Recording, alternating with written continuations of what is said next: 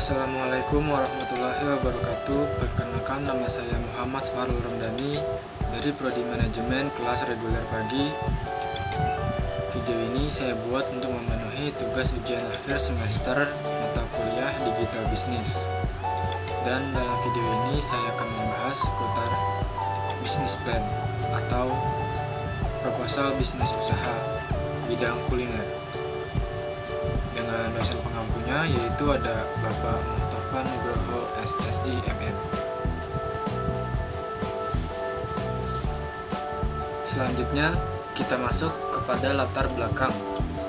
Indonesia cukup terkenal di dunia dari tempat wisatanya, keunikannya, keindahannya, dan lain-lain. Indonesia juga terkenal dengan beberapa makanan dan minumannya yang enak seperti nasi goreng, mie goreng, jengkol, es cendol, es kelapa, dan lain-lain.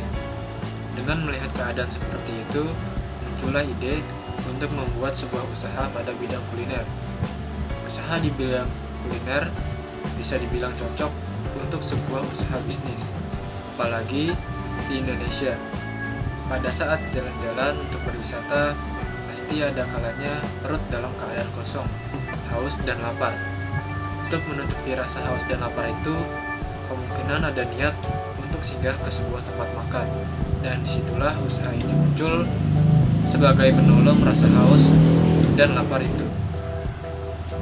Selanjutnya yaitu profil usaha. Usaha kuliner ini diberi nama The Cooldies, kuliner tradisional. The Cooldies adalah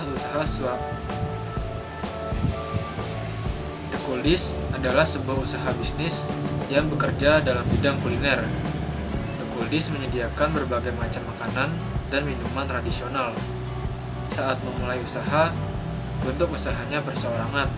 Namun pada tahap selanjutnya, The Cooldies juga akan memberikan kesempatan kepada investor atau vendor lain yang ingin bekerja sama serta membuka lowongan pekerjaan dan mengadakan program latihan untuk membuat atau mengolah makanan dan minuman tradisional. Selanjutnya, visi dan misi. Visinya yaitu menjadi salah satu usaha yang mampu bersaing dengan berbagai macam bidang usaha lainnya, khususnya dalam bidang kuliner dalam negeri.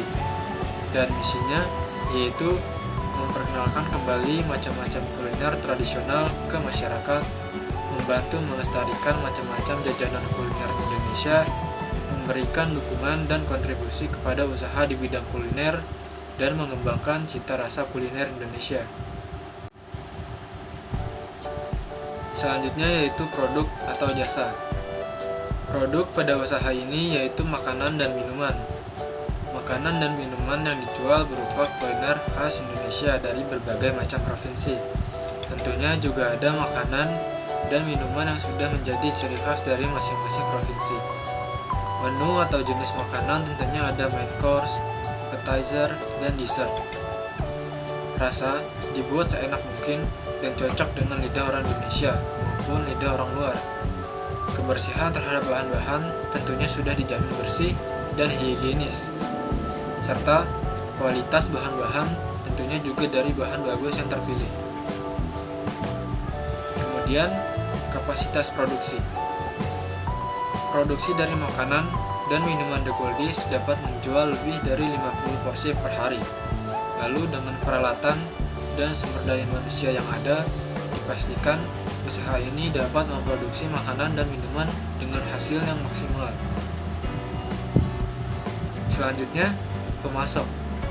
Usaha The Cooldies ini sementara masih mendapat pasokan bahan baku dari pemasok yang berbeda-beda.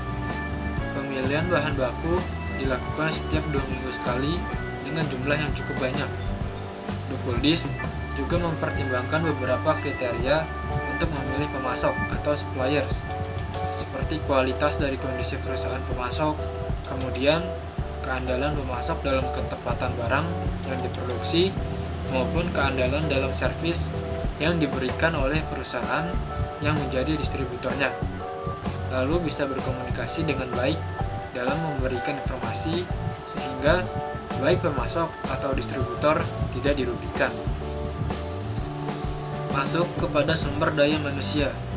Dari sumber daya manusia sendiri, usaha ini tentunya memiliki orang yang sudah berpengalaman, berkompeten, ahli, dan mempunyai cita rasa yang tinggi terhadap kuliner Indonesia.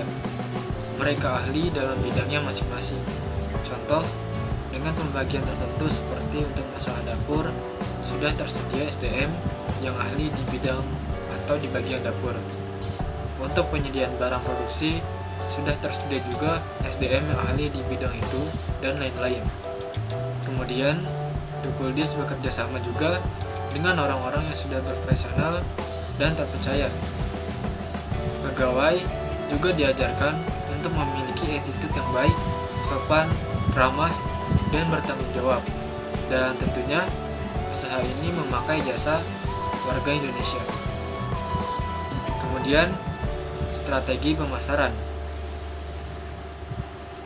Strategi pemasaran yang pertama yaitu secara umum atau konvensional, yaitu melakukan langkah awal dengan menyebarkan atau memberitahukan usaha ini ke sekitar.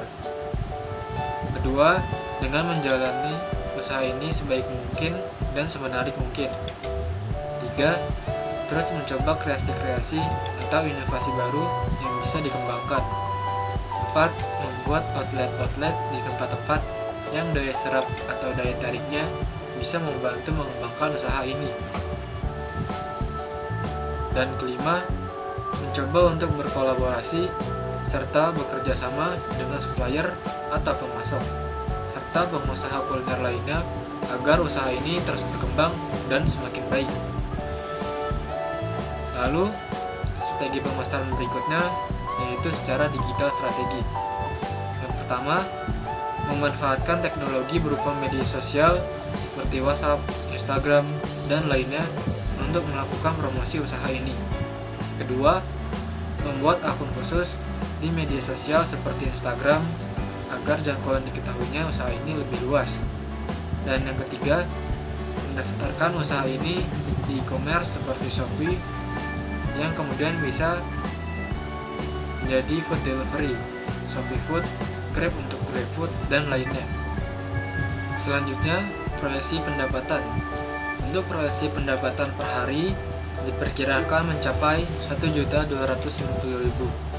Untuk per bulan diperkirakan mencapai 33 juta, dan untuk per tahun diperkirakan mencapai 396.250.000. Selanjutnya, proyeksi biaya. Saat memulai usaha, Dukuldis mengeluarkan total biaya dari sewa tempat, kebutuhan bahan-bahan produksi atau bahan baku, promosi, listrik, peralatan, dan biaya lain-lain yang diperkirakan lebih dari 7 juta rupiah. Dan yang terakhir ada analisis pesaing. Persaingan di bidang kuliner bisa dari mana saja, dari jenis produk yang dibuat, dari cara penyajian, dari cara penjualan, dan lain-lain. Apalagi di bidang kuliner sendiri bisa dibilang banyak yang telah mencoba mengawali usahanya di bidang ini. Segala macam jenis sudah ada, mulai dari makanan cepat saji sampai berbagai jenis minuman yang semakin banyak inovasinya. Dalam bidang kuliner, khususnya kuliner tradisional, saingnya pun pasti ada dan cukup banyak. Mereka menjual produk-produknya dengan berbagai cara. Ada yang menjual melalui gerai-gerai yang ada di dalam mall, kemudian di pinggir-pinggir jalan yang biasanya dekat dengan tempat wisata dan lain-lain. Mereka juga membuat inovasi-inovasi terhadap makanan dan minuman yang mereka buat. Dengan begitu, agar bisa bersaing dengan kompetitor seperti mereka, dibutuhkan juga kekonsistenan dalam menjual produk, memiliki daya saing yang kuat, serta membuat sesuatu yang unik, berciri khas, dan berbeda, agar produk yang bisa dijual lebih diminati atau menjadi pesaing bagi mereka yang telah berkarir di bidang kuliner tradisional lebih awal.